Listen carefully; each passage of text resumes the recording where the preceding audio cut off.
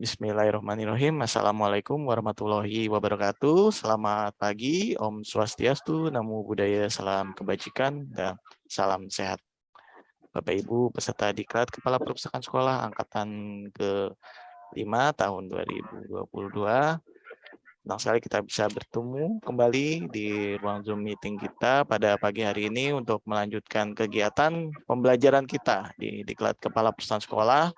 Dan pada kesempatan pagi hari ini kita akan mengikuti atau praktek ya Bapak Ibu ya. Jadi hari ini kita akan berpraktek untuk praktek kerja perpustakaan sekolah yang nanti mungkin akan kita sama-sama praktekkan sehingga Bapak Ibu bisa memantapkan apa saja yang teori-teori yang sudah diberikan oleh pengajar. Namun sebelum itu, untuk kelancaran acara kita, marilah kita berdoa untuk bersama-sama, semoga yang disampaikan nanti oleh pengajar dan apa yang nanti akan kita lakukan pada pagi hari ini dapat memberi manfaat bagi kita semua. Untuk itu berdoa dimulai.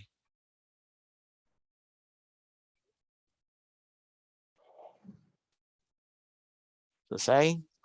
Baik, Bapak Ibu, peserta yang berbahagia, sebelum kita mempersilakan mengajar kita pada pagi hari ini, saya akan mengenalkan terlebih dahulu pengajar kita pada pagi hari ini. Nama Fauzan Dwi Kurniawan MIP, NIP 199905201902102.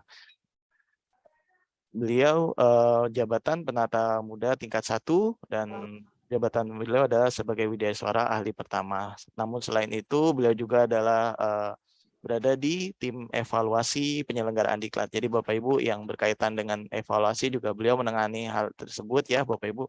Jadi mudah-mudahan Bapak Ibu bisa berperan aktif dalam kegiatan pagi ini sehingga beliau juga bisa memberikan penilaian baik dari sisi pengajar maupun dari evaluasinya kepada kerajinan atau kedisiplinan Bapak Ibu dalam mengikuti pembelajaran. Untuk itu kepada yang terhormat Bapak Fauzan Dwi Kurniawan MIP, kami silakan. Oke, terima kasih untuk Bapak Dwi Ari Wibowo atas pengantarnya. Oh ya, Bapak dan Ibu, terkait dengan evaluasi, saya di sini dibantu oleh Ibu Asnah dari tim evaluasi untuk memantau kegiatan kita pada pagi hari ini. Oke, sesuai jadwal ya, Bapak Ibu, pagi ini kita akan mencoba praktik terkait dengan perpustakaan sekolah. Karena ini levelnya adalah kepala perpustakaan, maka yang kita praktekkan itu kaitannya dengan strategi atau bagaimana caranya.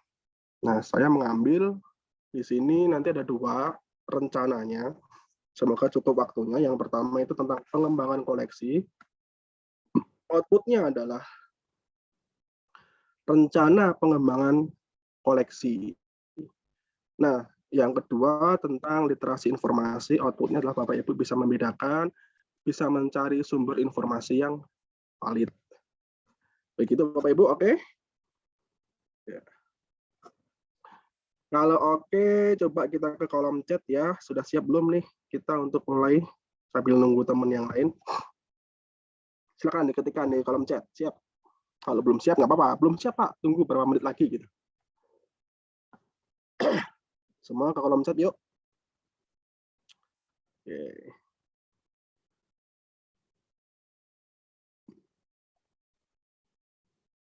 Oke. Siap ya. Kalau gitu mungkin disiapkan catatannya nanti karena kita langsung mencoba untuk menulis. Oke. Coba disiapkan, bisa lewat laptop atau catatan tangan, nggak apa-apa.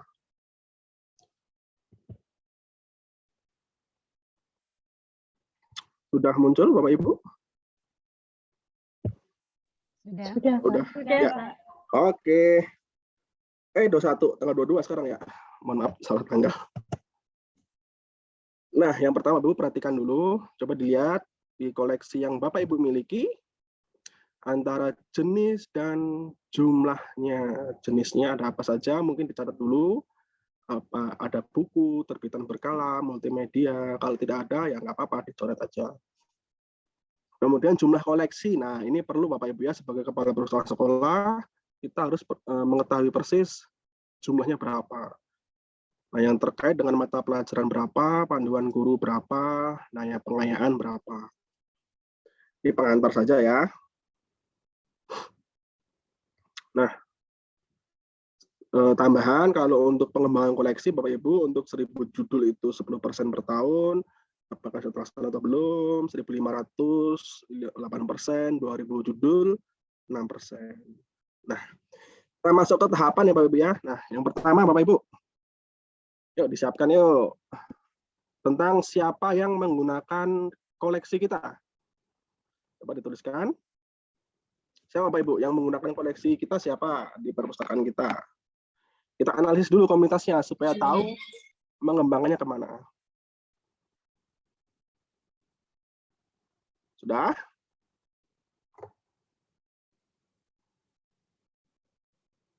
Ada yang menulis guru, sivitas, tenaga pendidik. Di kolom chat nggak apa disampaikan Bapak Ibu ya. Ada yang menulis tentang satpam, keamanan, petugas kebersihan gitu. Ada yang masukkan itu sebagai ini sebagai yang menggunakan koleksi perpustakaan kita.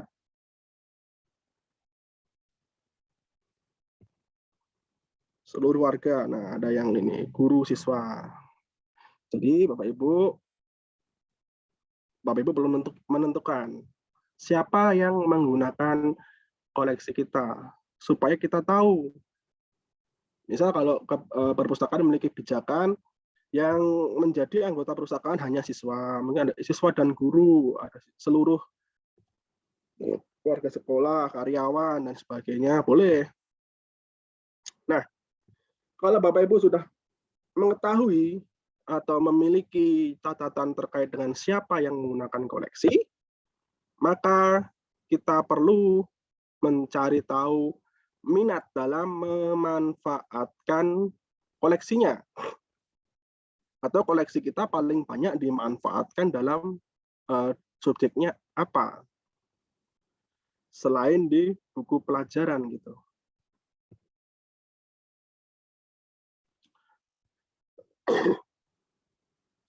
Minat dalam memanfaatkan koleksi. Coba dilihat dulu untuk minatnya Bapak Ibu ya. Oke.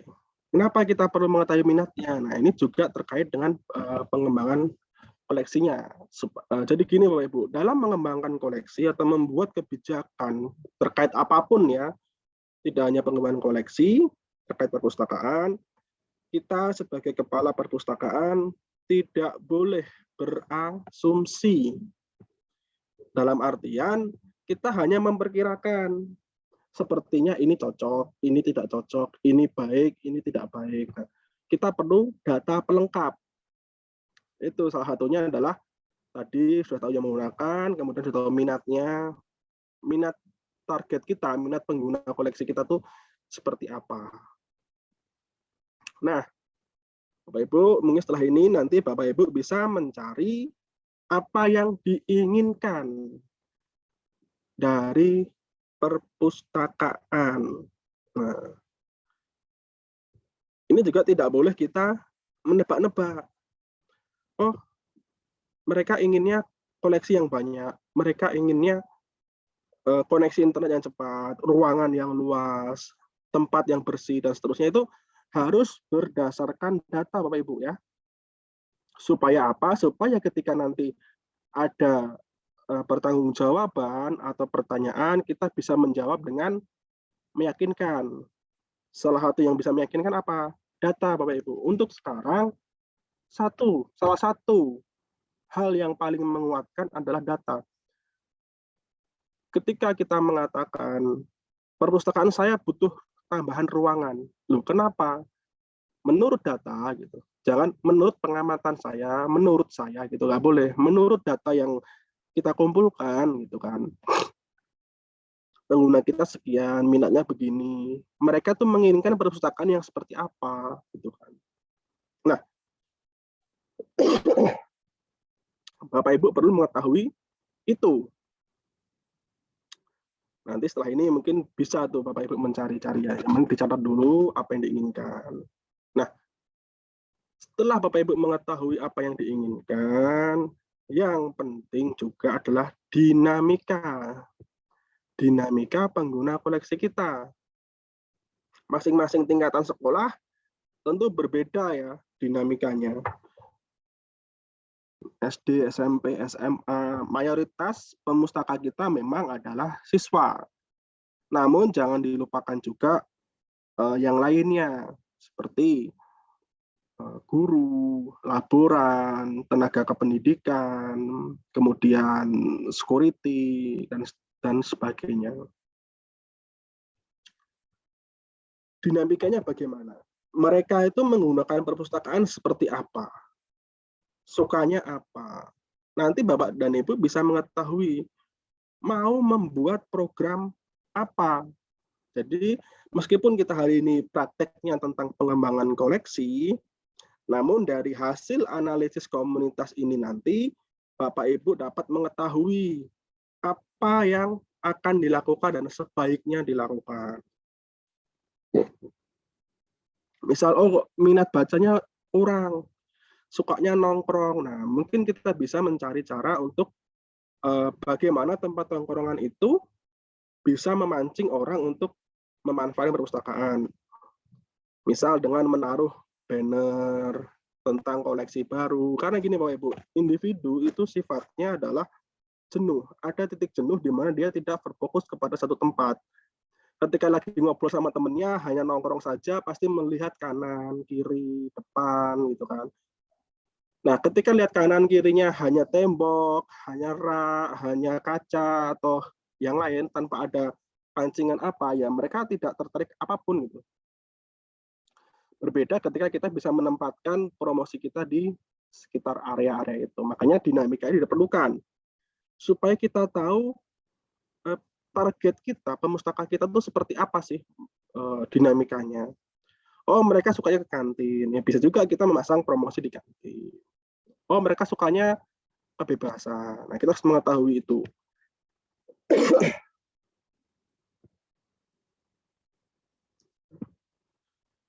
Nah, langkahnya itu Bapak Ibu ya, siapa yang menggunakan, minatnya, apa yang diinginkan, kemudian dinamikanya seperti apa.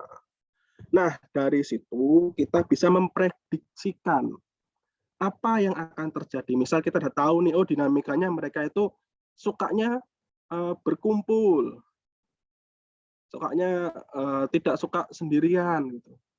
Nah, peraturannya berarti harus bisa mengakomodir itu. Oh, mereka sukanya ngobrol. Ya kita buat aturan yang sekiranya bisa mengakomodir mereka, tapi juga tidak mengganggu yang lain. Misal, silahkan gitu kan. Mungkin zaman dulu, zaman sekarang beda ya. Perpustakaan fungsinya sekarang sudah bertambah, tidak hanya sekedar tempat membaca, tapi juga rekreasi, dan untuk pengembangan diri juga, Bapak Ibu. Jadi kalau mereka sukanya ngobrol, sukanya berkumpul, kita buat peraturan dilarang ngobrol. Nah, itu mungkin salah satu trigger mereka tidak mau mendatangi perpustakaan. Padahal untuk pemustaka atau masyarakat yang kita layani itu mau memanfaatkan koleksi kita, itu ya salah satunya dengan datang dahulu. Yang datang saja belum tentu pinjam, apalagi yang tidak datang. Apalagi dengan peraturan, dengan sikap, sifat kita yang sudah tidak mereka buat simpati gitu. Nah, dari dinamika itu bisa kita prediksikan tentang apa yang terjadi. Misal, oh selama ini apa sih yang masih kurang gitu kan, dari teori-teori yang sebelumnya tentang promosi ada kemarin, tentang komunikasi juga. Apakah komunikasinya, apakah apa, nah itu Bapak Ibu bisa masukkan poin-poin. Jadi yang dipelajari kemarin bisa dimasukkan sebagai bahan dari analisis komunitas. Nah, setelah kita mengetahui 4 elemen ini, kita bisa memprediksikan. Karena di sekolah itu unik Bapak Ibu, di semua tingkatan. Karena mayoritas pemustaka kita adalah siswa, maka pemustaka kita juga memiliki rentang waktu terbatas. Maksimal 4 tahun kalau ada yang tidak naik kelas, bisa 5 tahun. Tapi rata-rata 3 tahun siswa itu menempuh pendidikan di tingkat menengah, baik pertama dan atas. Nah, lebih unik lagi di sekolah tingkat dasar. Kelas 1 tentu tidak memiliki sikap yang sama dengan kelas 6. Karakter mereka berbeda. Bapak Ibu dapat memprediksikan dengan lihat dinamika tadi, oh anak kelas 1 bagaimana, kelas 2 bagaimana, kelas 3 dan seterusnya. Gurunya bagaimana, siapa yang perlu kita libatkan nanti gitu kan. Nah, jadi dari analisis ini Bapak Ibu, ketika kita bisa menjawab kelima ini dengan data, maka kita bisa membuat program perpustakaan kita yang sesuai dengan kebutuhan dari sekolah itu sendiri. Nah, sampai di sini Bapak Ibu, ada pertanyaan atau ada yang sudah melakukan analisis komunitas ini dalam kaitannya untuk membuat program. Jadi kalau dari analisis komunitas ini, nanti bisa didapatkan untuk pengembangan koleksinya, untuk bentuk promosinya, untuk bikin peraturannya, dendanya, terus cara komunikasinya, kan bisa tahu. Oh, dinamikanya adalah mereka tidak suka disuruh, mereka tidak suka dengan kalimat yang keras, teguran, dan seterusnya. Nah, itu kan bisa dimasukkan. Nah, dari analisis komunitas ini, Bapak Ibu bisa mengembangkan menjadi banyak hal. Bikin SOP, membuat peraturan, membuat promosi, dan lain sebagainya.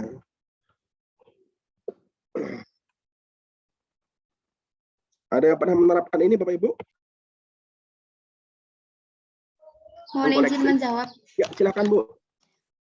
Kebetulan kemarin perpustakaan saya di sekolah saya sudah mengintegrasikan sebagian itu menggunakan aplikasi digital. Jadi kemarin sekitar hari Jumat itu saya baru menambah koleksi buku digital, yakni yang saya pesan dari data yang sudah saya peroleh dari warga sekolah, karena anggota perpustakaan saya terdiri dari guru, karyawan, juga siswa. Itu kebanyakan koleksi yang diinginkan atau minat dalam memanfaatkan koleksinya itu antara lain buku-buku praktek, seperti bagaimana cara mencangkok, terus apalagi novel yang roman-roman gitu, terus ada fiksi juga. Sekitar itu mungkin kalau dari saya. Terima kasih Bu Nafa ya. Oke, jadi begitu ya Bapak Ibu ya. Kalau kita mengetahui dengan data apa yang diinginkan, apa yang dibutuhkan, bagaimana mereka itu, apa yang kita berikan nanti harapannya dapat mencapai ekspektasi yang pemustaka kita harapkan gitu kan. Begitu ya. Nanti ini dipenuhin dulu, dicatat aja nggak apa-apa. Nanti kan ada tugasnya nanti outputnya itu salah satunya nanti dibuat dalam sebuah narasi yang tidak panjang, paling 3-5 halaman saja. Ada lagi yang menambahkan? Kalau tidak, kita lanjut dulu ya. Karena waktu juga, biar nanti Bapak Ibu memiliki waktu yang luas untuk mengerjakan tugasnya. Oke, nah sekarang dari analisis ini kita dapatkan datanya, kemudian bisa dikembangkan ke tempat lain. Nah, tapi di sesi kali ini kita mengembangkannya kepada pengembangan koleksi. Nah, sebelum melakukannya, setelah memiliki data analisis, kita perlu merumuskan kebijakan koleksinya. Nah, Bapak Ibu bisa membuat kebijakan tentang seleksi. Yang pertama, buat kebijakannya dulu tentang seleksi koleksi yang akan dikembangkan. Apakah mau update, mau termasuk pada pengurangan koleksi itu juga pengembangan ya Bapak Ibu ya. Koleksi yang sudah tidak relevan itu bisa di take out atau take down dari, nah itu juga merupakan sebuah pengembangan. Atau membuat koleksi yang sebetulnya temanya menarik sesuai dengan analisis kebutuhan, tetapi tidak mendapat banyak atensi dari pemustaka. Bisa kita buat, misal kebijakannya adalah mempromosikannya, menempatkan tempat lebih strategis. Nah, jadi banyak Bapak Ibu ya, kebijakan pengembangan koleksi itu tidak hanya sekedar menambah koleksi, namun bisa juga menambah asas kebermanfaatannya, merubah layoutnya, merubah penempatannya, bisa dengan macam-macam. Seperti tadi dinamikanya, kita memiliki rak dari atas sampai bawah. Raknya tingginya 2 meter gitu, atau 2,5 meter. Untuk usia anak-anak, apakah itu masuk akal kan gitu? Sebisa mungkin koleksi itu ditempatkan dalam jangkauan pandangan pemustaka. Tidak terlalu tinggi, tidak terlalu bawah. Seperti itu. Itu termasuk dalam juga pengembangan koleksi. Maka kebijakan seleksi ini bisa diterapkan dari pengadaannya, dari tata letaknya, mungkin dari koleksi yang dibutuhkan, koleksi yang tidak diminati, itu mengapa? Mungkin dengan tema yang sama, tetapi minatnya beda, sama-sama novel fiksi, sama-sama novel perang, tetapi ada yang dipinjam banyak, ada yang enggak. Bisa dibuat kebijakannya. Jadi sebelum menambah, apa yang perlu dilakukan? Sebelum merubah, apa yang dilakukan? Itu berdasarnya dari sini nanti. Melihat dinamikanya, melihat apa yang diinginkannya. Seperti itu. Nah, kebijakan ini nanti melibatkan 3 elemen ya. Yang pertama tentang perpustakaan itu sendiri, yaitu sivitas di perpustakaan, staf Bapak dan Ibu sendiri, kemudian dari koleksi yang dimiliki, dan kemudian terakhir pemustaka. Selalu libatkan pemustaka dalam setiap kebijakan. Pertimbangan pemustaka itu penting. Itu kalau bahasa sekarang untuk membuat bonding atau keterikatan antara perpustakaan dan pemustakanya. Nah, setelah memiliki kebijakan, kemudian melibatkan ini, kemudian meningkatkan kompetensi Bapak Ibu. Kompetensi dari pustakawan itu sendiri dalam hal apapun. Komunikasinya, kalau dibutuhkan ya, kemudian dalam resensi, kompetensi dalam seleksi, kompetensi dalam memahami situasi, gitu kan diajarkan kemarin tuh materi-materinya. Nah, setelah itu Bapak Ibu, ini untuk kepalanya perlu memahami tentang industri penerbitan. Mengapa perlu? Ini supaya dapat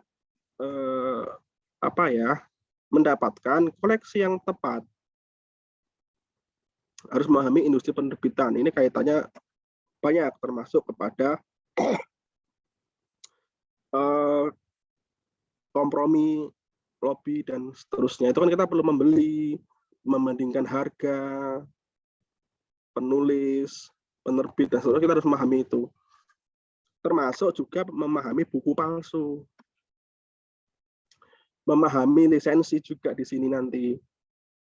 Buku secara digital, lisensinya sama nggak dengan buku secara konvensional? Apakah buku digital boleh diperbanyak? Apakah fotokopi itu sama dengan mengkopi buku digital dan seterusnya? Bapak Ibu harus memahami industri ini.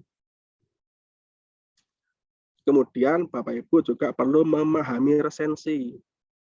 Jadi setiap koleksi yang akan diadakan, setiap koleksi yang akan di take out, setiap koleksi yang akan dipromosikan, Bapak Ibu harus tahu resensi alias isi dari buku tersebut.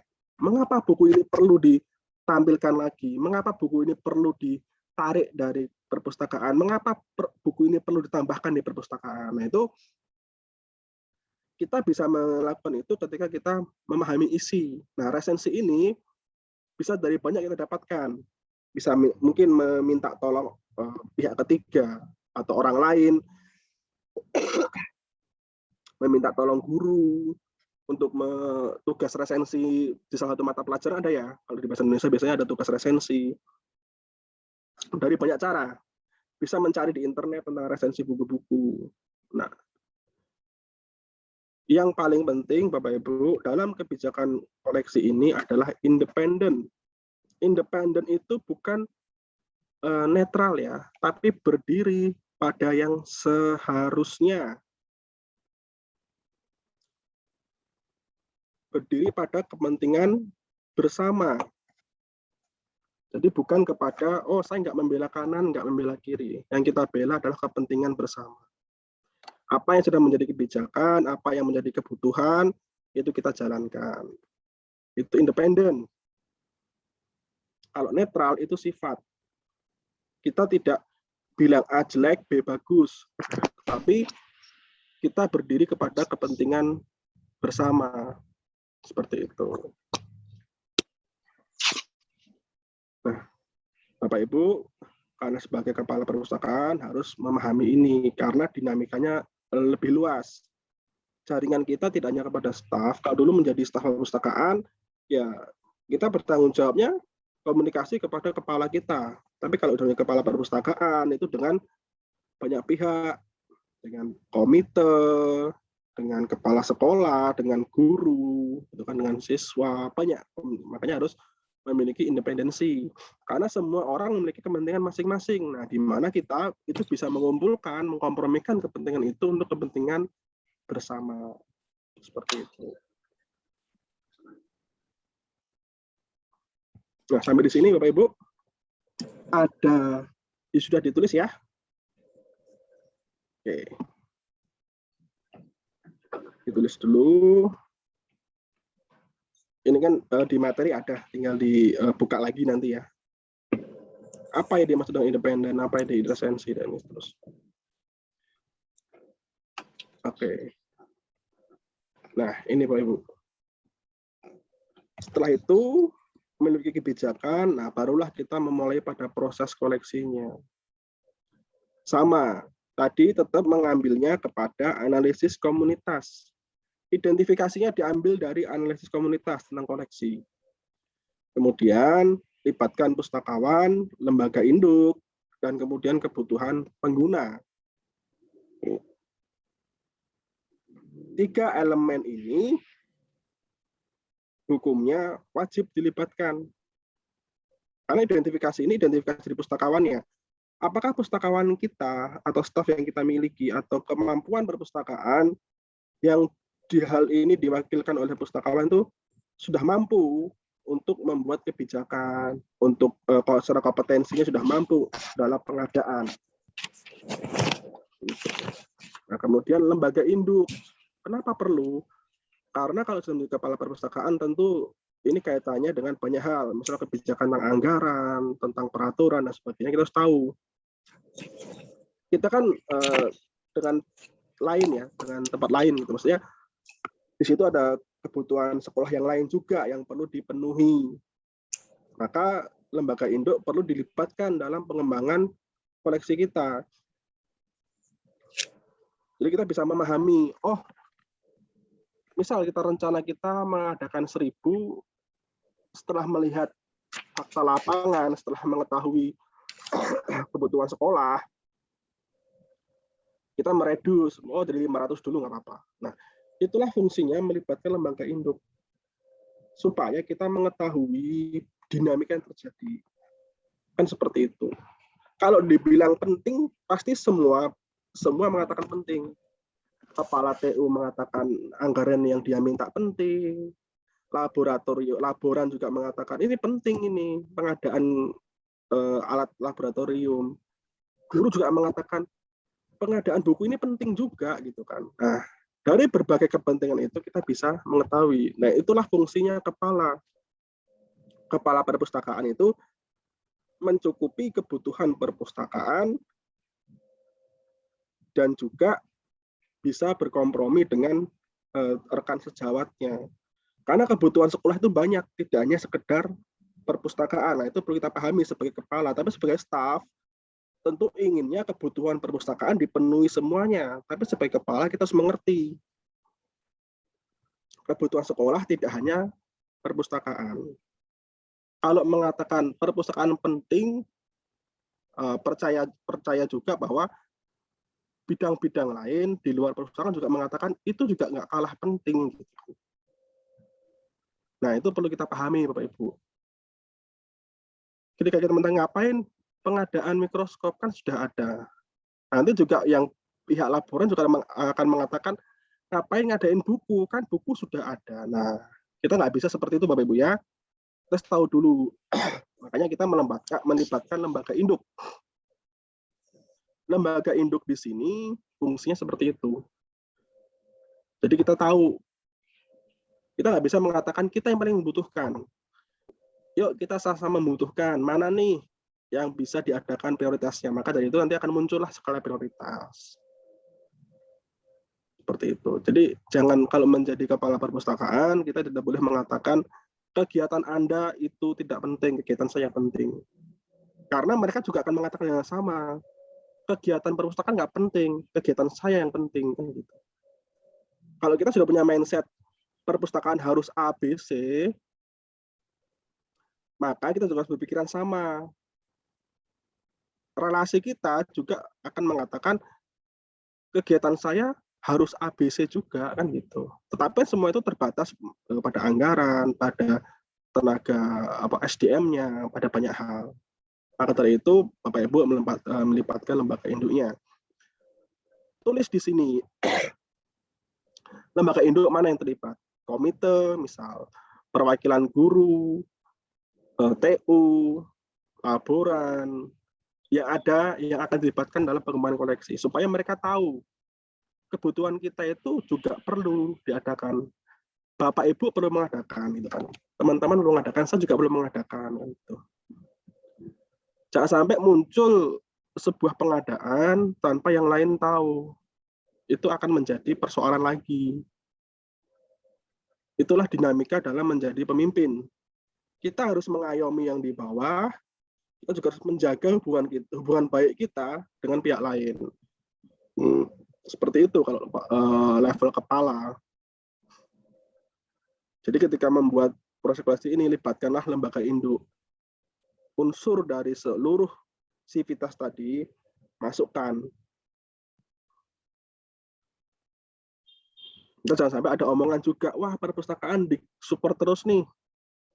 Sedangkan saya nggak disupport gitu kan. Saya hanya minta seperti buku aja nggak, buku pelajaran ini nggak support gitu kan. Nah itu kan jangan sampai ada seperti itu.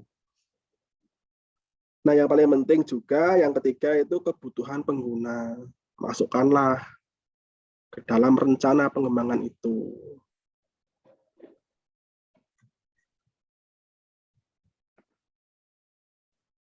Nah, sampai proses ini ada pertanyaan Bapak Ibu?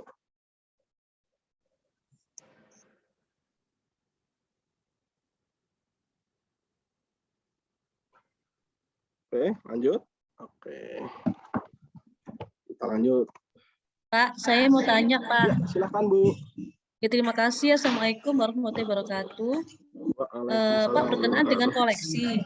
Ya, berkenaan dengan koleksi. Kalau koleksi yang nyata itu kan kita tinggal beli buku ya. Saya sampai sekarang itu masih belum tahu kalau koleksi yang digital itu loh Pak, itu cara menambahnya itu kayak mana? Apakah kita download baru dimasukkan di perpustakaan digital itu atau beli downloadan itu gimana? Terima kasih Pak. Untuk bentuk digital Bapak Ibu, pengadaannya dilihat dulu. Kalau di Kementerian Pendidikan itu biasa menyediakan yang tidak berbayar. Bergantung kepada sifatnya ya, didapatkan dan berbayar tidak. Kalau yang berbayar itu biasanya kita melalui penerbit. Nah, di situ nanti kita perlu mengadakan namanya aplikasi perpustakaan digital. Dalam bentuknya bebas. Bisa dengan hanya PDF, bisa menggunakan aplikasi lain, InList atau yang lainnya. Ini belum support belum ya? Atau aplikasi jenis iPusnas atau iJogja, iBantul gitu kan.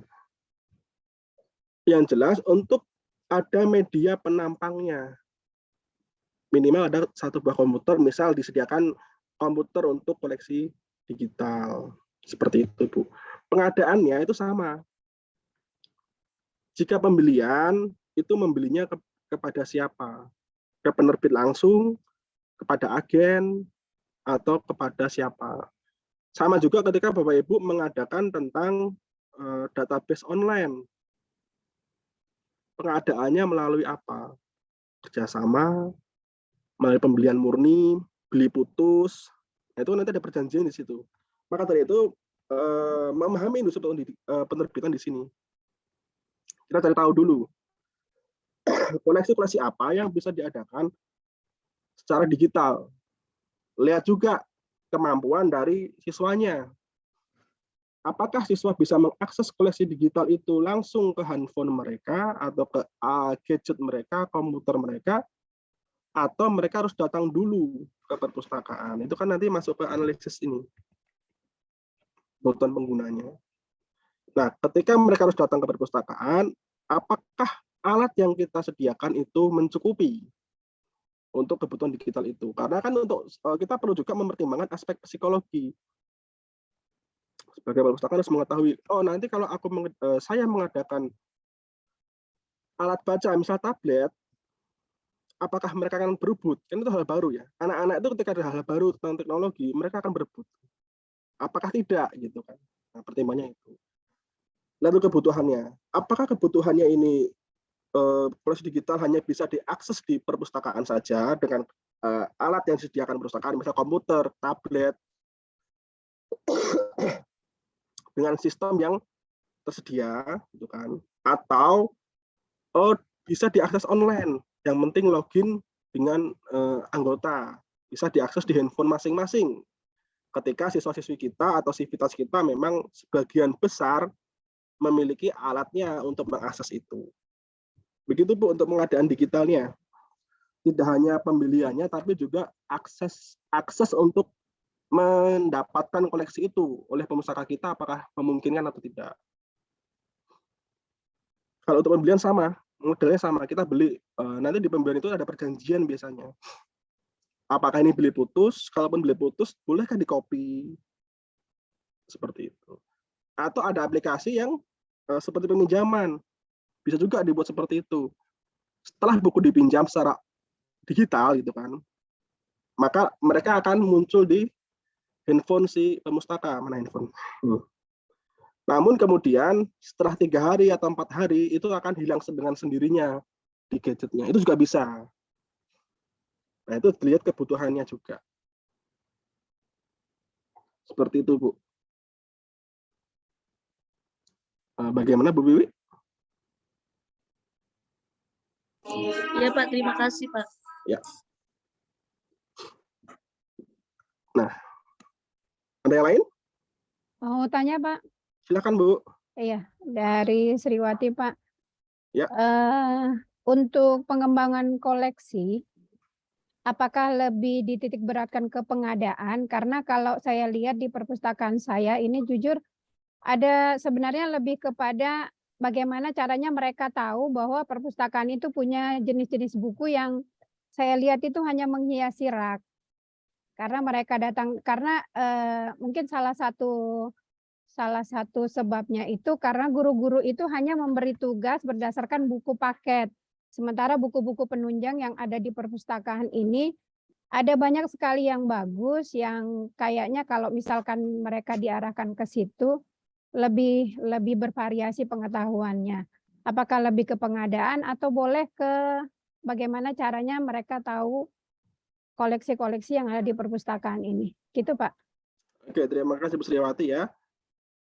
Pertanyaan Bu Sriwati itu bisa dijawab nanti ketika Ibu sudah menyelesaikan ini dulu, analisisnya dulu. Iya. Seperti itu. Nah, yang pertama ini dulu ketahui. Nah, masalahnya dalam pengadaan itu bebas. Bisa dengan hanya pengadaan pembelian atau mengembangkan kebermanfaatannya. Nah, tadi maaf, ketika kita menggunakan kata mungkin, kayaknya, sepertinya, nah itu harus dihindari Ibu ya. Nah, jadi ketika kita mengatakan buku ini bagus untuk siswa, karena berdasarkan dinamikanya siswa ini menyukai subjek seperti ini. Nah, maka buku ini perlu untuk ditampilkan ulang.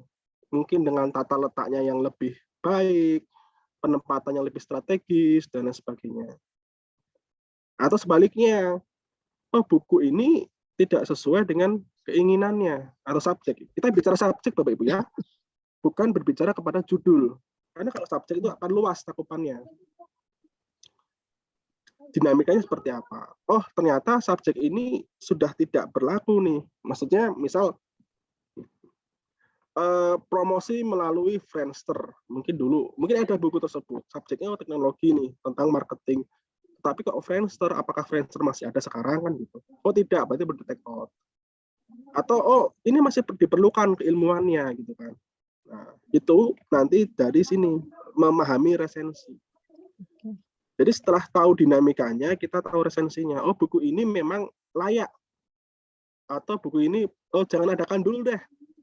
Orang buku-buku yang ada itu masih sesuai, tetapi belum banyak dimanfaatkan. Berarti kita perlu pengembangan dalam segi asas manfaatnya. Misal penambahan rak yang lebih baik mungkin, penataan lebih baik lagi. Misal dimasukkan kalau dalam promosi kemarin mungkin diajarkan ya, mungkin salah satu dalam hot list atau hot item gitu kan. Kadang-kadang itu ada rak khusus isinya buku-buku pilihan minggu ini misal. Kalau kita udah tahu dinamikanya, subjek yang mereka sukai, nah kita bisa tampilkan di situ buku-bukunya.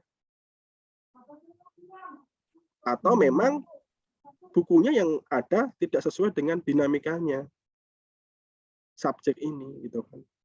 Misalkan masing-masing sekolah beda ya. Ada yang SMK-nya tentang otomotif, buku-bukunya tentang percobaan kimia kan gitu. Subjeknya sudah kurang sesuai. Untuk pengayaan tidak apa-apa, tetapi apakah buku otomotif kalah dengan buku yang lain? Nah itu pertanyaan lagi. Gitu Bu Sriwati ya. Jadi harus pengadaan tidak juga.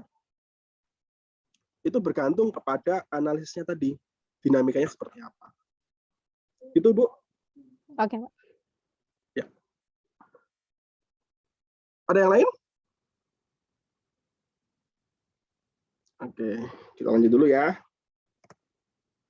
Nah, Bapak Ibu, setelah memiliki proses koleksi, Bapak Ibu akan tahu apa yang harus dilakukan. Misal sudah muncul daftar koleksi yang dibutuhkan, atau ada penambahan atau tidak. Kalaupun ada penambahan, dilihat dahulu. Kan nanti di sini banyak nih. Ketemu tuh koleksi yang memang terlalu banyak eksemplarnya misal. Nah, kita bisa pengadaannya, pengembangan di sini. Pembelian, misalnya paling gampang nih, pembelian. Tukar-menukar. Bisa sumbangan, pemberian, atau hadiah. Mandiri ini sivitasnya yang mengadakan. Misal bunga rampai, tentang puisi, kan biasanya guru-guru membuat ini ya, tugas untuk bikin puisi, bikin apa, nah itu bisa dibuat. Atau guru memiliki karya. Siswa-siswi ikut olimpiade, ada makalahnya, dikumpulkan menjadi sebuah karya koleksi perpustakaan. Kemudian kerjasama. Nah, jalur ini sudah dipelajari di materi. Nah, di sini yang saya tekankan adalah jangan sampai bertabrakan. Dalam artian koleksi yang sama itu diadakan lewat jalur yang tidak tepat. Gitu. Misal harusnya bisa melalui tukar-menukar, tapi kenapa ke pembelian? Itu perlu diidentifikasi lagi. Kalaupun ada pengadaan. Oh ini koleksi kita banyak sekali. Kan biasanya kalau di perpustakaan itu ada forumnya ya.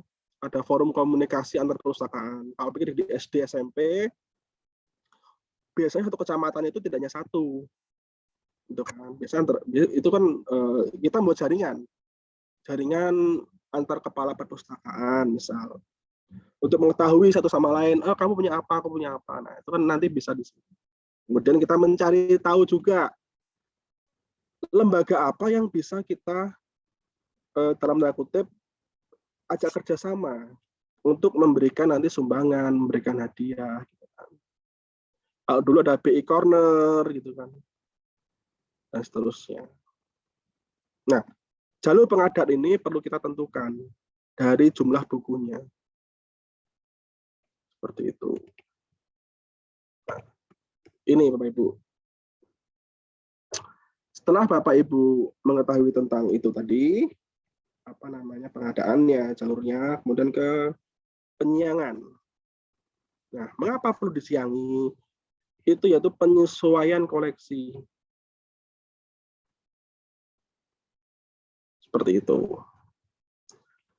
Koleksi harus disesuaikan dengan hasil dinamika tadi. Merubah layout, merubah desain ruangan, merubah rak.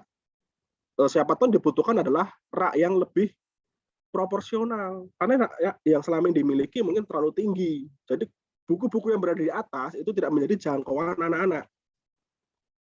Nah, seperti itu. Disesuaikan koleksinya. Nah, fungsi dari penyesuaian koleksi ini bisa menghemat ruangan. Kenapa? Karena kita bisa melihat potensi yang tepat. Oh, ruangan kita nih bisa diperluas nih. Misal dengan rak yang di pojok gitu. Disesuaikan. Misal, oh mereka sukanya visual anak-anak ini. Jadi exemplarnya satu aja, tetapi sampulnya ditampilkan. Sampul ditampilkan, eksemplarnya kita simpan. Jadi ketika ada meminjam, kita ambilkan saja eksemplar di dalamnya. Kan gitu. Kan ada tuh yang nyusunnya tuh eksemplar dijejer, yang kelihatan punggungnya. Itu kan tampilan ya. Ada juga yang membuatnya tuh rak terbuka yang terlihat sampulnya. Seperti kita di toko buku. Di toko buku itu biasanya banyak yang ditampilkan sampul-sampulnya karena terlihat jelas judulnya. Karena tidak semua orang itu memahami tentang katalog. Mengajarkan untuk membaca, fokus kita di mana dulu nih, perpustakaan misal. Oh, minat baca dahulu nih. Nah, berarti fokus ke situ dulu. Mengajarkan tentang membaca katalog, mencari melalui katalog. Nanti kalau minat bacanya sudah tinggi. Itu dengan cara itu. Oh, rak kita sempit, ruangan kita masih sempit nih karena kebanyakan rak. Ya kita akalin. Bagaimana koleksi yang ada itu bisa kita singkat. Oh, ini eksemplar banyak nih, ya sudah kita simpan. Kalau menyimpan itu lebih membutuhkan sedikit tempat ya. Yang ditampilkan hanya display saja, seperti kalau kita ke toko baju, yang digantung kan cuma satu, tapi ukurannya banyak kan, di gudang, di tumpukan baju yang lain gitu kan. Nah, kita bisa mengadopsi itu Bapak Ibu. Bayangkan kalau toko baju itu semua baju yang dimiliki dipajang. Baju yang desainnya sama, ukurannya sama, jumlah bajunya ada berapa, itu tampilkan semua, itu kan penuh sekali. Itu juga akan membingungkan kita sebagai pembeli sama. Jadi bisa kita siasati dengan cara seperti itu. Satu yang ditampilkan, eksemplar lainnya disimpan. Jadi ketika ada membutuhkan, tinggal diambilkan dari yang kita simpan tersebut. Itu namanya penyesuaian koleksi, kan bisa menghemat ruangan. Nah, selain itu, dapat memudahkan temu kembali. Ingat, kita berada di perpustakaan sekolah, yang di mana pemustakanya itu belum memasuki usia dewasa atau usia matang. Mereka sukanya hal seperti apa? Yang simple. Misal, kan dari dinamika itu beda sama orang dewasa. Makanya sistem pembelajaran kita juga berbeda. Kalau untuk kita orang dewasa namanya andragogi. Kalau untuk anak-anak kan namanya pedagogi. Karena sifat yang berbeda pula itu membutuhkan treatment yang berbeda. Meskipun secara teori sama, tapi prakteknya dalam kemampuan interpersonal skill kita itu menampilkan yang berbeda. Memudahkan temu kembali. Oh ya udah dibikin sistem aja biar mereka nyari sendiri. Ya boro-boro nyari gitu kan. Udah mereka gimana dinamikanya? Mereka suka mencari enggak? Gitu kan. Apa mereka baru pada tahap suka melihat kemudian mengambil? Nah, itu juga itu bisa mengurangi koleksi yang tidak pada tempatnya. Kalau koleksinya satu gitu kan. Bayangkan kalau ada 1000 10 judul, masing-masing judul ada 5 eksemplar, kita jejer. Kemungkinan tertukar antar judulnya tinggi. Tapi kalau kita tampilkan hanya 5, tertukarnya masih bisa dalam jangkauan mata. Nah, memudahkan temu kembali. Temu kembali bisa melalui sistem, bisa melalui individu manusia sendiri. Karena sistem temu kembali yang paling dasar adalah manusia itu sendiri. Gitu kan. Kalau mau sedikit eksperimen ya, coba Bapak Ibu ke toko buku. Merefleksi diri kita ketika mencari buku di toko buku, atau mengajak anak-anak kita yang masih usia sekolah ke toko buku, atau melihat pengamatan lah di toko buku. Bandingkan antara orang yang menuju rak langsung melihat-lihat dengan yang mencari di komputer pencarian. Ada toko buku bisa menyediakan komputer pencarian. Bandingkan lebih banyak mana gitu kan. Nah, itu bisa menjadi gambaran bagaimana kita dalam mencari koleksi.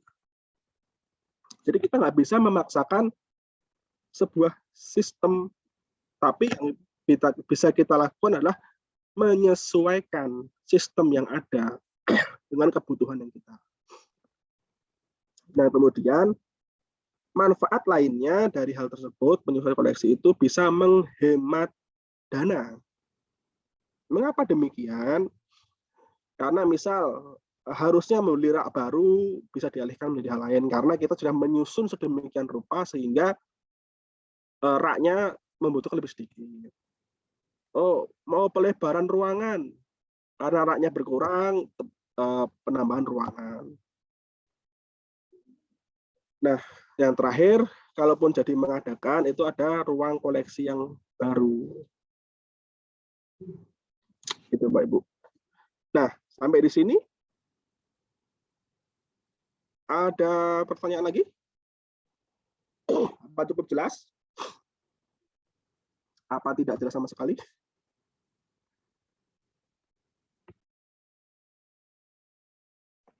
Oke. Kita lanjut dulu ya. Oke. Nah, setelah penyangan, terakhir nih Bapak Ibu. Terakhir dalam praktek ini adalah evaluasi.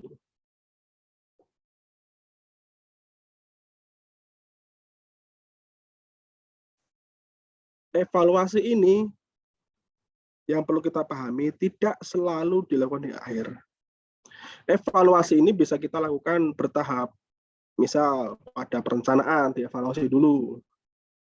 Misal mulai dari sini nih. Analisis komunitas setelah kita miliki tadi, kita catat semuanya, dan mencatat semua, kita catat semuanya ini, bisa kita evaluasi. Nah, yang penting adalah koleksi yang dimiliki. Apa saja sih? Subjeknya apa saja? Terus fokusnya pada koleksi juga. Fokusnya itu apa yang dimanfaatkan? Koleksi dengan subjek apa yang disukai? Terus fokus pada pengguna. Nah, ketiga hal ini tidak bisa didapatkan dari awal tadi. Misal ketika perencanaan kita evaluasi, oh koleksinya sesuai belum? Oke, sesuai. Datanya tentang penggunaan sesuai, fokusnya sesuai, dijalankan. Setelah dijalankan, evaluasi lagi. Oh, setelah kita ada perubahan tentang koleksi, penataan dirubah, oh fokusnya sekarang menjadi visual gitu kan. Bagaimana hasilnya? Pengguna kita bagaimana, suka atau tidak? Itu. Selesai sampai di sini, Bapak Ibu. Sudah lengkap catatannya? Nggak apa-apa kalau belum lengkap ya. Nanti saya share ini ya, saya share PPT-nya ini di kolom chat ya sebagai panduan Bapak Ibu nanti untuk mengerjakan. Oke, saya share dulu, saya stop share dulu ya. Nah, di mana? Oke.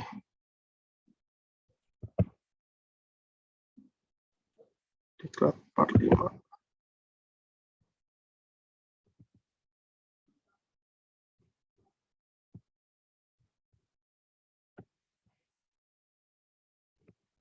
Oke, sudah saya share ya. Error. Sebentar.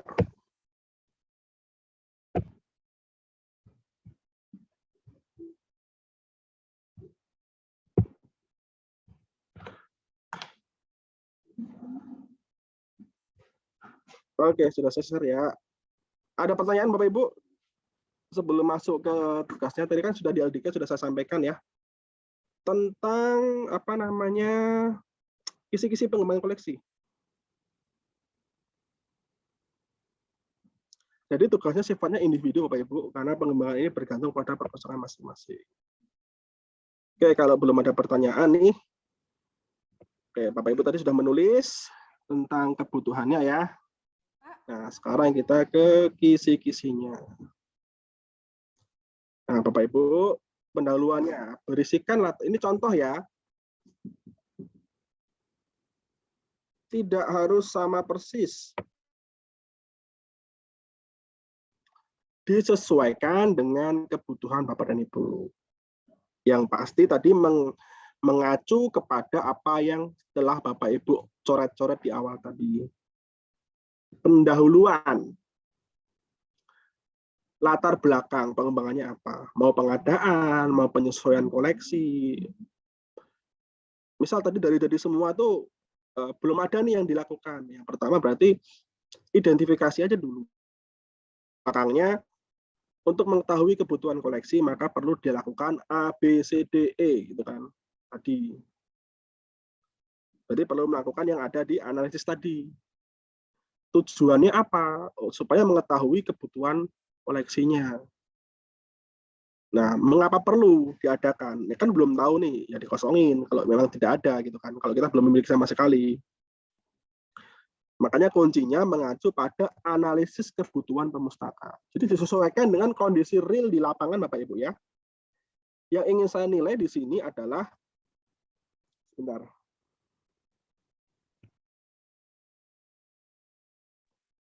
Yang ingin saya nilai adalah bagaimana Bapak dan Ibu memahami tentang analisis komunitas atau analisis kebutuhan pemustaka. Bagaimana Bapak Ibu memahami tentang bagaimana mengembangkan perpustakaan spesialnya pada pengembangan koleksi. Jadi tidak harus semuanya lengkap, tetapi semuanya harus real. Nah, setelah pendahuluan ini, kemudian Bapak menentukan kebijakannya. Berisikan kebijakan pengembangan koleksi di perpustakaan Bapak dan Ibu yang berisikan kebijakan seleksi. Seleksi koleksi ini apa nanti? Misal relevansi, kelengkapan, kemutakhiran, itu di materi sudah ada ya. Menjelaskan cakupan koleksi yang telah ada dan rencana pengembangan selanjutnya. Nah, kalau Bapak Ibu sudah melakukan yang di atas ini, paling tidak bisa menjawab yang koleksi yang telah ada. Dan rencana apa yang akan diadakan sesuai dengan dinamikanya tadi. Nah, kemudian memberi deskripsi yang sistematis tentang strategi pengelolaan dan pengembangan koleksi. Misal tadi itu, pengelolaannya dan pengembangannya adalah membuat koleksi mudah ditemukan, membuat koleksi lebih mudah dalam jangkauan, dan seterusnya. Nah, kemudian ketika akan mengadakan nanti, gitu kan, apakah akan menggunakan banner katalog, resensi, apa saja yang akan dimasukkan ke situ. Kalau memang belum ada perencanaan, ya nggak apa-apa. Kemudian paling penting, masukkan di situ, di kebijakan ini tentang pihak yang terlibat dalam pengembangan koleksi. Tujuannya, saya mengetahui Bapak Ibu memahami tidak, ketika dalam pengembangan koleksi itu perlu melibatkan pihak lain. Loh kenapa ya? Karena orang lain harus tahu tentang kebutuhan perpustakaan. Begitu juga dengan kita, harus tahu tentang kebutuhan teman sejawat kita. Nah, yang nomor 3, proses koleksi ini itu sama seperti di slide ya. Identifikasi, pustakawan terlibat tadi dari E ini. Pustakawan terlibat siapa, lembaga ini terlibat siapa, kebutuhan pustakanya apa, itu bisa dijawab dari sini. Analisis kebutuhan tadi. Misal ini kita libatkan yang terlibat perpustakaan, komite, sekolah diwakili siapa. Nah, nanti di sini sebutkan lembaga yang terlibat siapa aja, kepala sekolah misal, kepala TU, laboran, guru, dan seterusnya. Kebutuhan pustakanya apa di sini? Disebutkan, oh kebutuhan pustakanya ternyata ruang yang nyaman untuk membaca, dan seterusnya. Nah, kemudian pengadaan koleksi berisikan tentang bagaimana koleksi yang direncanakan akan diadakan. Ini rencana saja nih di sini. Tujuannya supaya kita tahu persis, oh kita udah perlu mengadakan lagi. Nah, bab keempatnya tentang bagaimana mengelola koleksi yang sudah dan akan diadakan. Mengapa diperlukan penyiangan koleksi dan kriteria koleksi yang disiangi. Nanti bisa masuk tuh tentang dinamikanya tadi. Kriterianya adalah yang masih dibutuhkan, yang masih relevan. Macam-macam nanti. Itu bisa dilihat di materi-materi sebelumnya. Terakhir tentang penutup. Isinya adalah tentang data statistik koleksi.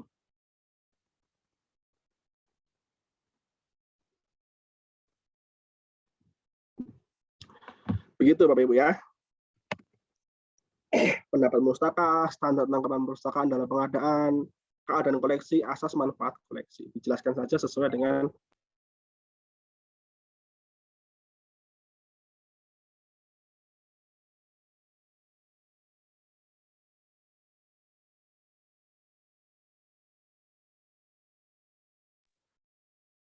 tugasnya ini. Ada pertanyaan tambahan?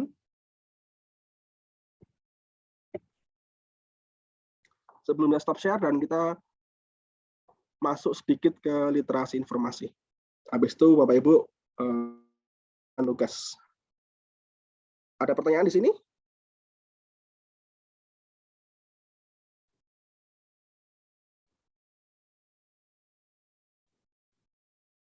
Oke, jika tidak saya tutup dulu ya. Kita break dulu 5 menit ya. Sebelum masuk ke materi selanjutnya untuk praktek. Yang berikutnya, Bapak Ibu perlu juga untuk menyiapkan mesin pencari. Nanti ada pertanyaan terkait itu. Oke, kita break dulu 5 menit ya, kembali jam 9.14.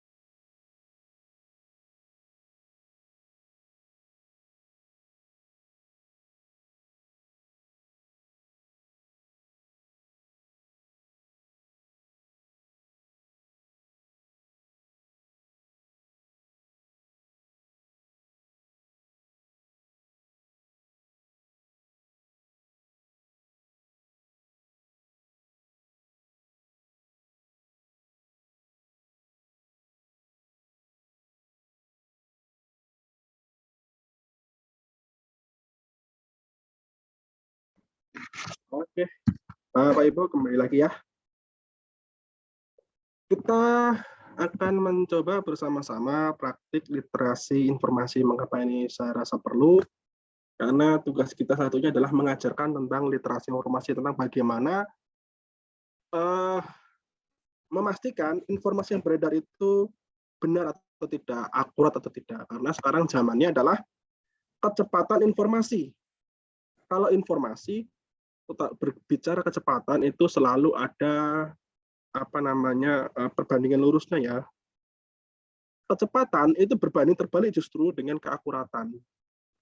Nah, semakin cepat potensi ketidakakuratan itu semakin tinggi. Oleh sebab itu kita perlu memiliki kemampuan literasi informasi. Mungkin kemarin sudah dijelaskan sedikit ya di materi, sekarang kita tinggal praktek saja. Ya, Bapak Ibu, disiapkan mesin pencarinya. Nah, ini yang sering beredar di masyarakat. Nanti dijawabnya di kolom chat ya, Bapak Ibu ya. Yang pertama nih, yuk kita yang pertama dulu yuk. Vaksin AstraZeneca penyebab cacar monyet nih. Nah, kemarin nih baru muncul satu kasus. Betul atau tidak? Kalau betul, apa yang menyebabkan itu dikatakan benar? Kalau ini salah, apa yang menyebabkan atau bisa dikatakan atau validitas ini dikatakan salah? Ya, yang mau menjawab langsung ke kolom chat.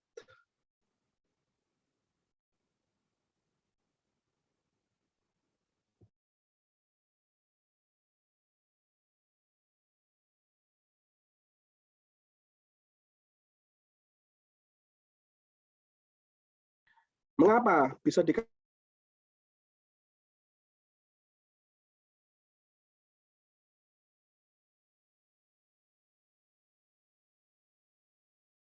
terkait dengan literasinya?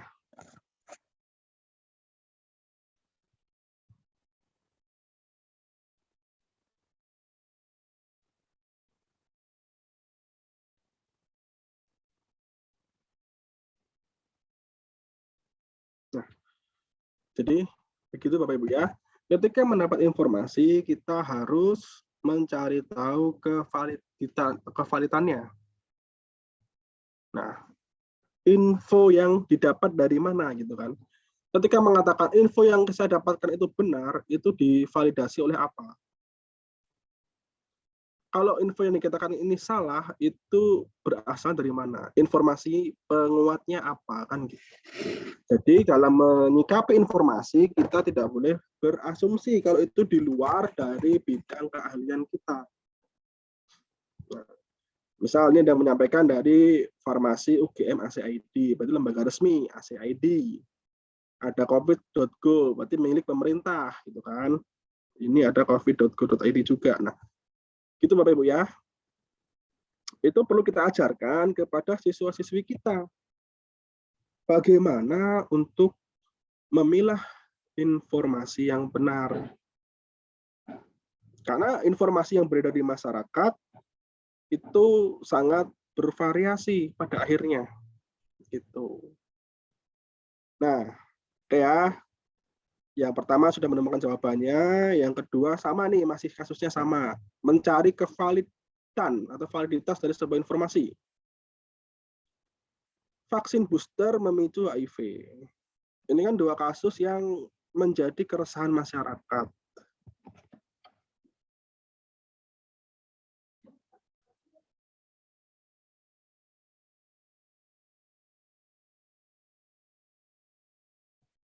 Oke, vaksin booster ini. Menjawab. Salah. Oke, ada yang menyampaikan sumbernya juga. Ini ada cacar monyet, efek samping gitu kan.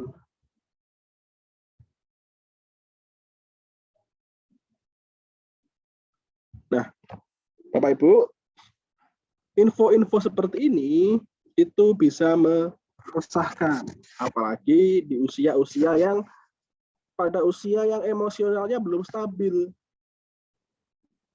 Nah, perlu kita mengajarkan tentang literasi. Bagaimana? Strateginya apa? Karena manusia itu merespon informasi atau merespon apapun itu dengan emosi. Pasti dengan emosional dahulu. Baru kemudian masuk ke rasional.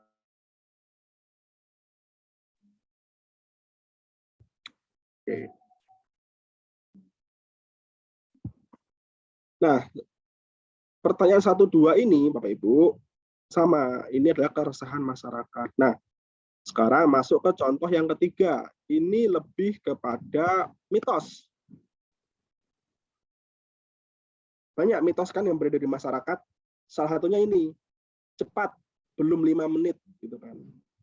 Sering ya, makanan. Ya kalau itu yang jatuh cuma permen gitu kan ya nggak apa-apa. Tapi kadang kita bawa makanan yang cukup mahal jatuh gitu. Sayang.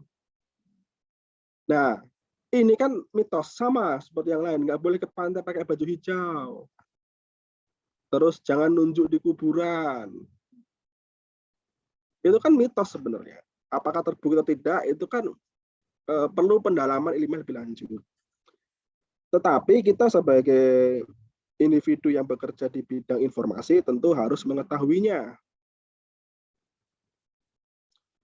Ya.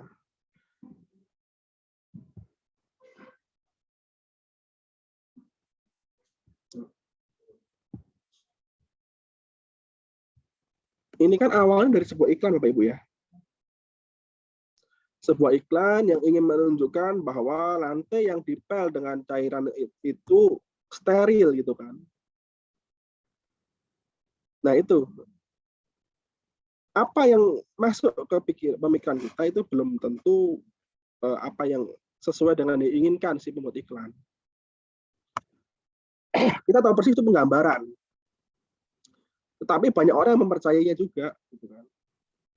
Karena terlihatnya bersih gitu. Nah ini mitos ini yang sulit sebenarnya. Kita perlu waktu untuk memberi penjelasan. Tidak hanya ini ya. Ini kan hanya dari kepercayaan, hanya dari sebuah iklan kemudian menjadi kepercayaan. Sama ketika sebuah ini namanya terpaan informasi, Bapak Ibu ya. Sebuah terpaan informasi adalah informasi yang datang ke kita tanpa kita inginkan, tetapi muncul terus. Contohnya iklan ini tadi. Kalau bisa kita refleksi, mungkin 20 tahun yang lalu ya, saya rasa di sini umurnya lebih dari 20 semua kayaknya ya. 20 tahun yang lalu, sebagian besar dari kita masih menggunakan lampu berwarna kuning. Atau 25 tahun yang lalu. Terus saat-saat itu iklan gitu kan. Ada tagline terus terang terus gitu. Bapak Ibu pasti tahu itu afiliasinya kemana? Ke sebuah merek lampu yang berwarna putih. Coba sekarang lihat pada tahun 2022 ini lampu-lampu di rumah kita sebagian besar berwarna apa? Meskipun tidak dari merek tersebut. Itu pengaruh dari iklan. Terpaan informasi yang mengatakan lampu putih lebih terang, lebih jelas, lebih ini. Banyak yang mencoba. Kemudian ada merek-merek lain yang harga lebih murah untuk mencobanya. Pada akhirnya merubah sebuah persepsi, menimbulkan sikap yang baru. Seperti itu. Sekarang lampu kuning sudah cukup jarang ditemukan. Meskipun masih ada, tapi stok di toko-toko pun jauh lebih banyak yang lampu warna putih stoknya. Nah, Ibu tadi gitu ya. Informasi yang ini kan ilmiahnya nggak ada sebenarnya, tapi perlu kita cari kebenarannya. Ini juga nih, karena kalau orang panik itu biasanya mudah untuk terdistraksi oleh informasi-informasi yang belum tentu kebenarannya. Tidak boleh makan es krim saat sedang sakit atau demam. itu benar apa tidak. Kalaupun benar, sumbernya apa? Salah, sumbernya apa? Karena yang dipercaya di masyarakat kita bahwa kamu batuk nih, makan es terus ya. Udah tahu lagi masuk angin, malah makannya es, minumnya es gitu kan. Itu kan yang dipercaya oleh sebagian besar kita. Tapi apakah kepercayaan itu ilmiah atau tidak? Nah, itu pertanyaannya. Coba dicari tahu Bapak Ibu.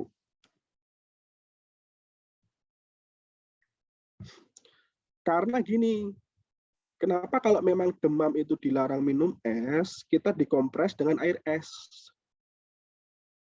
Terkadang seperti itu, atau dikompres dengan air hangat. Apakah harus minum yang hangat gitu kan?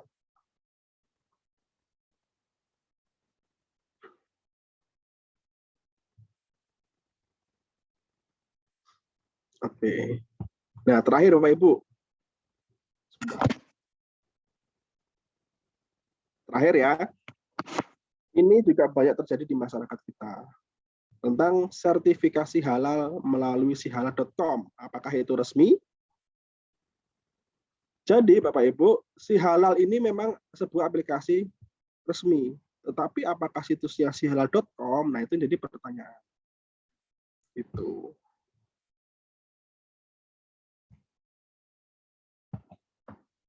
Oke ya, Bapak Ibu sudah memahami ya bagaimana strategi mencari kebenaran sebuah informasi, baik itu informasi, baik itu mitos, baik itu persepsi. Di sini juga Bapak Ibu bisa mengambil pelajaran bahwa persepsi itu bisa merubah sikap. Begitu Bapak Ibu. Persepsinya lampu putih lebih terang. Lama-kelamaan, karena dulu nggak dibeli mungkin karena harganya terlalu mahal. Kemudian muncullah lampu-lampu yang bermerek lain, harganya jauh lebih murah gitu kan. Kita akhirnya membeli dan merasakan manfaatnya, oh memang lebih terang, lebih ini. Namun kemudian ketika itu tidak awet, ya kita akhirnya membeli yang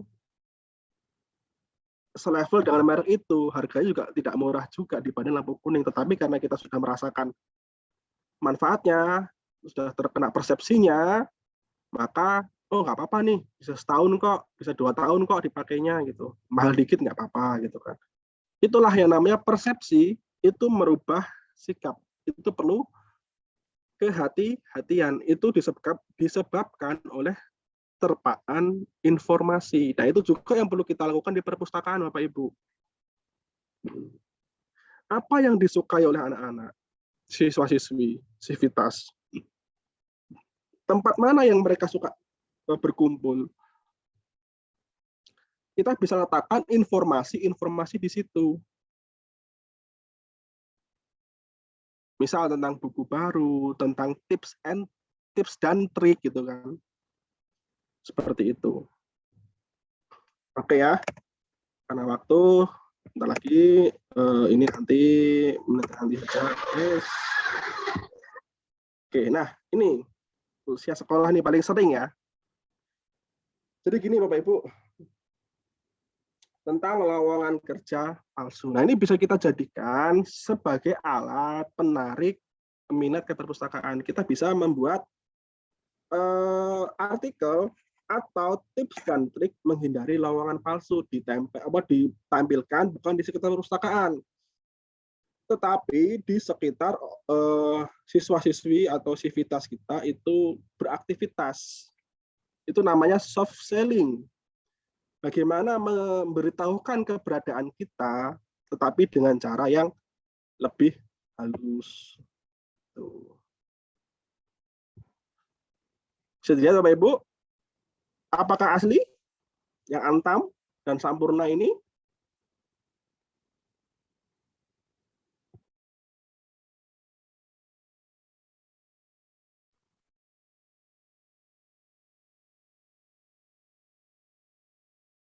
Ini kan kalau udah mau lulus, itu kan kelas 3 ini udah lulus ya kelas 3 ya. Ini bisa dimanfaatkan juga momennya kan. Bagaimana membedakan loker asli dan loker palsu? Ini udah kelihatan lebih mudah dibedakan. Coba kita ke ini lebih resmi, tapi ini juga palsu, Bapak Ibu. Ya kan? Nah, ini juga sering nih muncul WhatsApp. Ini perlu kita ajarkan kepada siswa-siswi kita untuk menunjukkan bahwa perpustakaan itu tidak hanya buku, seperti itu. Nah, ini contohnya Bapak Ibu. Kita bisa lihat di sini ya. Awas, ini ciri loker palsu.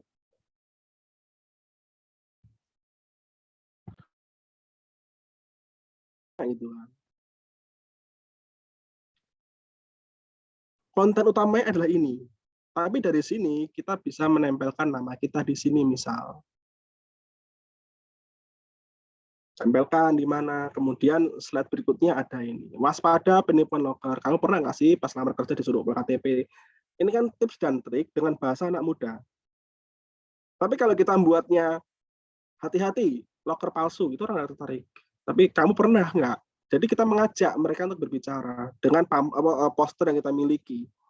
Ditempatkan di tempat-tempat mereka yang ada. Disisipkan di sini, misal di sini bisa pakai perpustakaan, bisa pakai nama-nama apa akun medsos perpustakaan, gitu-gitu. Itu namanya terpaan. Orang mengetahui, Bapak Ibu mengetahui Nanda Rizky, jago bikin CV, karirmu.id, kan Bapak Ibu jadi tahu ini. Padahal mereka nggak fokus kepada menunjukkan nama ini, tapi fokusnya pada memberitahu info loker. Mengapa? Karena orang butuh ini, dibutuhkan banyak orang nih tentang bagaimana membedakan, mengetahui ciri-ciri loker palsu. Karena orang banyak butuh, potensi konten ini dilihat itu tinggi. Nah, maka di situ diselipkanlah promosi di sini.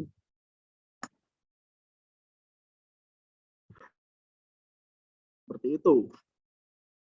Namanya soft selling. Tujuan utamanya mengangkat isu terkait tentang loker palsu. Tetapi di situ diselipkanlah identitas-identitas kita. Namanya terpaan. Di sini ada, di sini ada. Berikutnya. Masih ada. Contohnya seperti ini. Kan ini tadi. Upload KTP, BPJS, mengisi Bukandu. Nah, pernah enggak nih? Nah, contohnya begini. Contohnya. Di sini pun tetap ada namanya. Nanda Rizky dan saudara.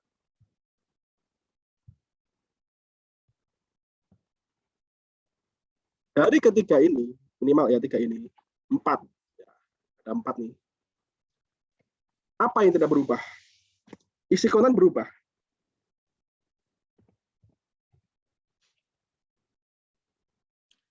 Ini soft selling-nya nggak berubah. Penempatannya kecil di bawah, tetapi itu bisa jadi perhatian karena itu namanya terpaan. Di awal kita nggak terlalu memperhatikan. Slide kedua masih ada tempat yang sama. Mulai dilirik. Ketiga, oh ada. Mulai dibaca. Apakah di sini ada kata-kata kita untuk memfollow si Nanda Rizky, untuk membuka karirmu ID? Nggak ada. Nggak ada perintah itu. Tetapi mereka memberitahukan bahwa mereka ada. Salah satunya manfaatnya adalah kita bisa loh memberikan kalian informasi terkait informasi palsu. Gitu. Ini contoh soft selling Bapak Ibu. Memanfaatkan literasi informasi. Nah, kita juga bisa memanfaatkan ini. Apa yang sedang dihadapi, dinamikanya apa di sekolah ini? Kalau di Jogja beberapa waktu lalu itu kelitih. Bisa kita bikin. Mengenali kelitih, apa itu kelitih, menghindari kelitih. Apa yang menjadi dinamika, apa yang menjadi isu-isu di situ.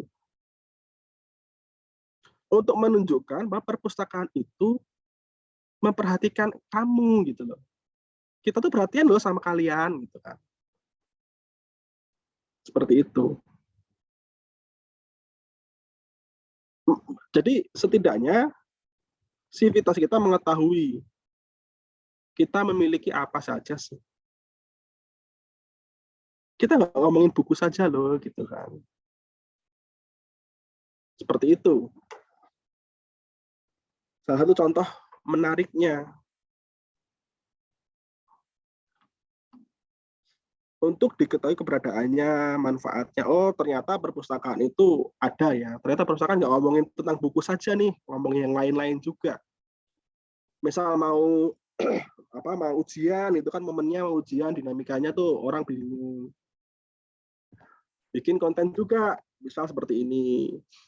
Kita mau share nih materi YouTube, Instagram yang suka bahas materi tentang TPS. Misal contohnya seperti ini.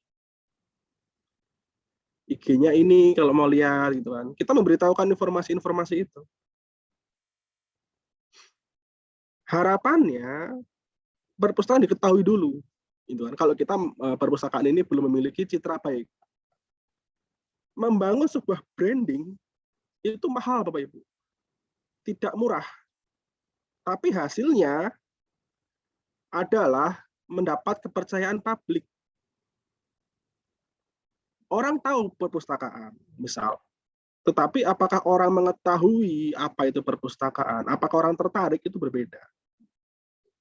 Oleh sebab itu kita harus membranding diri kita bahwa kita ini orang yang kalau sebagai orang itu orang yang perhatian, orang yang tahu kebutuhanmu. Anak-anak kita sedang menghadapi ujian. Ya udah, kita berikan konten-konten ini. Kita tempel kalau misal memerlukan tempel poster. Kita posting terkait dengan informasi sehingga yang masuk di alam bawah sadar siswa itu adalah perpustakaan itu ternyata tidak hanya tempat buku saja, tidak hanya tempat nongkrong saja, tidak hanya tempat ngadem saja, tapi dia juga memiliki informasi lain ternyata. Nah, dari sini nanti bisa berkembang menjadi pertanyaan, Pak, Bu, kok tahu sih dari mana? Saya baca dari ini, dari dan seterusnya. Misal juga dengan cara yang lebih lucu, misal karena lagi tegang semua nih, kita bikinlah gini. Bikin konten lucu-lucuan aja gitu. Itu Bapak Ibu. Sampai di sini ada pertanyaan? Karena yang kedua ini sudah dijawab di kolom chat, maka tugasnya yang pertama tadi ya. Kalau sudah tidak ada, mari kita... Ada lagi pertanyaan? Jika tidak, untuk menyingkat waktu dan memberikan waktu lebih banyak untuk mengerjakan tugas, mungkin kita akhiri ya sesi pada pagi hari ini.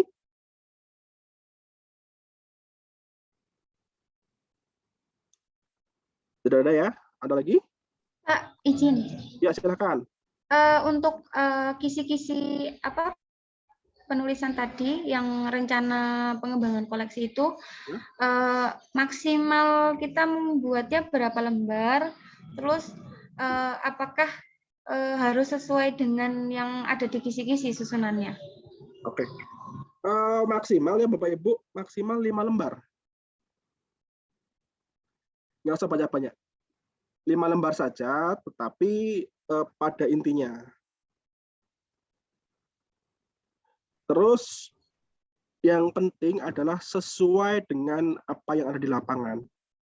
Itu saja. Ketika di kisi-kisi tidak ada di lapangan, ya cantumkan saja masih rencananya apa, gitu kan. Misal tidak ada statistik, nah berarti mau evaluasinya apa? Akan dibuat statistik seperti itu. Seperti itu.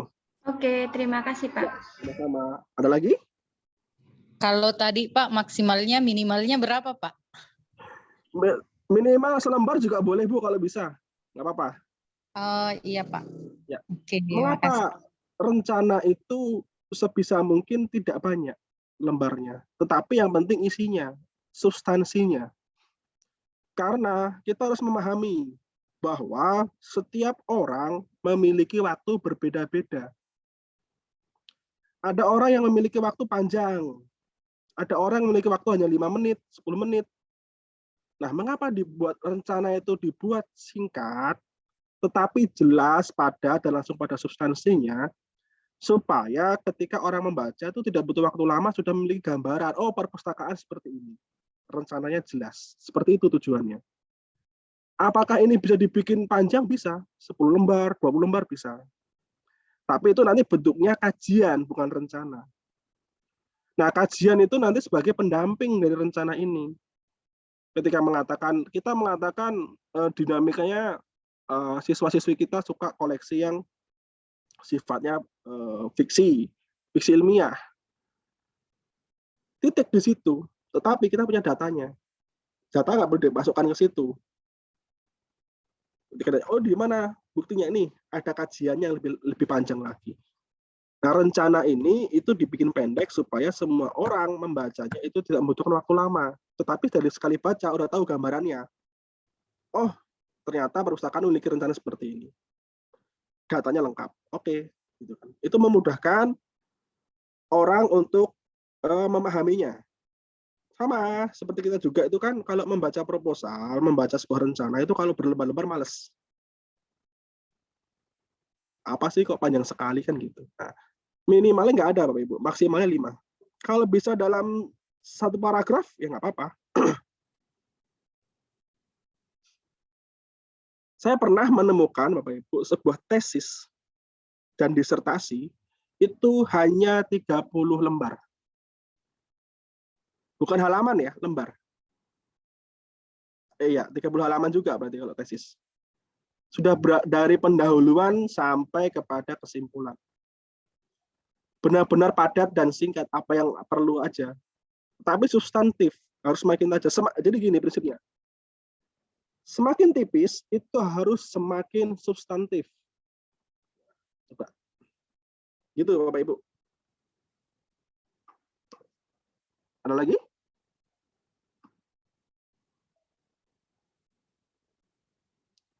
Ya tidak, mari kita akhiri ya Bapak dan Ibu sesi pada pagi hari ini. Semoga apa yang kita diskusikan pada pagi hari ini bermanfaat.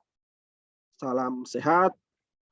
Mohon maaf atas lebih dan kurangnya, kata-kata yang tidak berkenan. Akhir kata, Assalamualaikum warahmatullahi wabarakatuh.